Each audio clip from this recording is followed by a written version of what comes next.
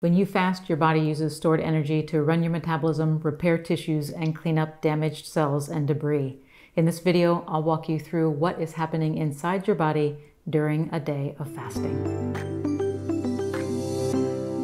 You can also download this graphic that summarizes all of the happenings on one sheet. I think that you'll find that it acts as a great motivator as you progress with your fasting lifestyle. Now, even if you've never intentionally fasted before, you have gone through periods of not eating, with the hours that you sleep being the perfect example. Starting at about 4 to 6 hours, your body begins to react to the lack of food.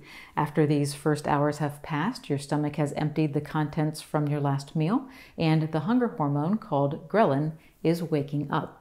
Ghrelin is produced by your empty stomach, creating the first subtle wave of hunger. However, ghrelin secretions will ebb and flow. So after that initial wave, ghrelin decreases and hunger is reduced. And because of this rise and fall pattern, many people find that with a little bit of experience that they can ride out hunger and reach their fasting goal in relative comfort. The next phase of events begins to take place 6 to 12 hours after your last meal.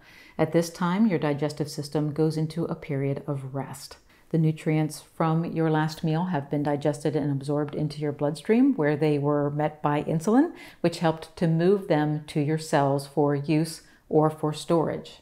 With insulin's job completed, your pancreas no longer has to produce as much, leading to the low insulin levels that we're used to seeing with fasting. Your body can now shift from running on the nutrients from the food to running on stored energy, starting with glycogen, which is stored glucose.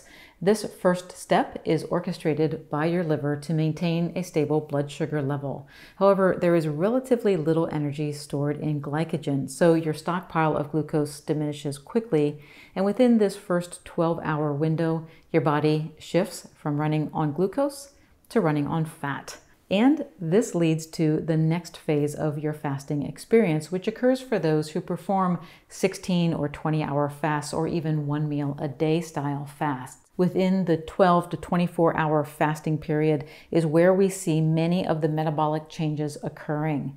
Your body is now running on stored fat, and some of those released fatty acids can be burned and used directly, while others are converted into ketones by your liver. Ketones can be used by your body tissues, but they are particularly well liked by your brain.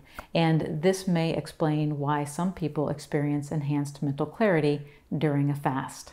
Also, with the chore of digestion behind us, resources are diverted toward cleanup chores like autophagy, which removes damaged cells and debris. There's also a reduction in inflammation throughout the body that occurs in this 12 to 24-hour window, as well as an increase in the secretion of metabolic hormones, including growth hormone and norepinephrine, which help to support your metabolism as your day of fasting comes to a close. The important thing to note is that your body is designed to withstand periods of fasting. In fact, we all fast overnight as we sleep, and our bodies adjust to keep us going until the morning comes.